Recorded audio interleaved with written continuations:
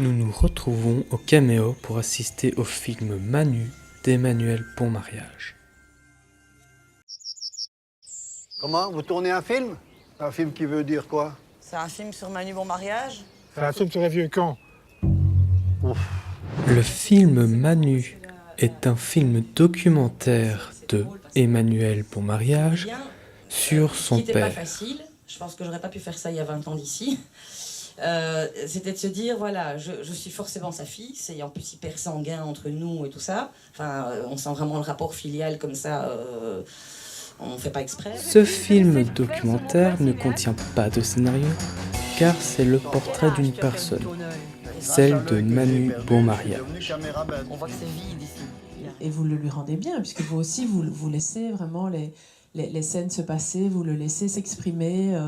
Il se filme. Le film a été filmé d'une manière bien particulière, une manière qu'on appelle la caméra directe.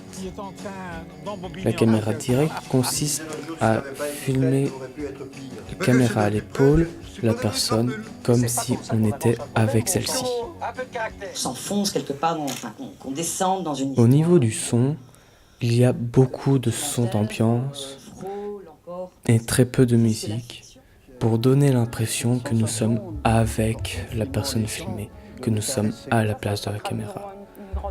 La musique rajoutée donne un côté un peu plus immersif à certaines scènes.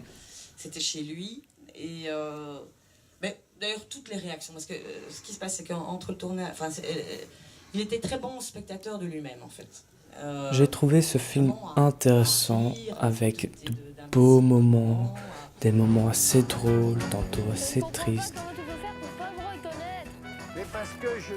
C'est sûrement l'un des films portraits les mieux réalisés en caméra directe que je n'ai pu voir aujourd'hui. Je ne sais pas si je veux poursuivre son héritage. Je pense que si le film a une forme, il y a une forme d'héritage, mais en même temps j'ai l'impression que s'il avait fait un film sur lui-même, il serait pas comme, il me ressemble aussi à moi. J'ai voulu faire ce film parce que mon père, qui est donc Manu Bonmariage, qui est cinéaste du réel, qui fait un cinéma qu'il appelle cinéma direct et qui croque des tas de personnes devenues personnages au sein de ses propres films, m'apparaissait lui-même comme le propre héros de son propre cinéma direct. Donc comme un personnage à croquer aussi, donc à rencontrer aussi.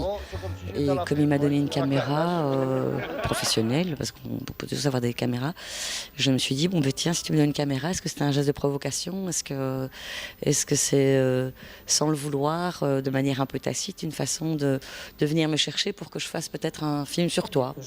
Voilà, ça c'est un peu le départ, la genèse du projet. Mais je savais aussi que c'était d'office un film de montage. Les influences, elles sont pas toujours faciles à cerner comme ça d'emblée, parce que parfois il y a des choses qui nous influencent et on ne s'en rend pas compte directement.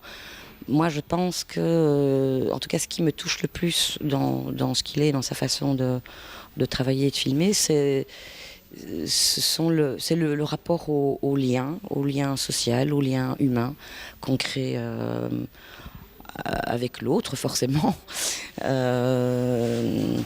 C'est l'approche de l'humain. Ça, je suis très sensible à ça, à travers évidemment un média ici qui est la caméra.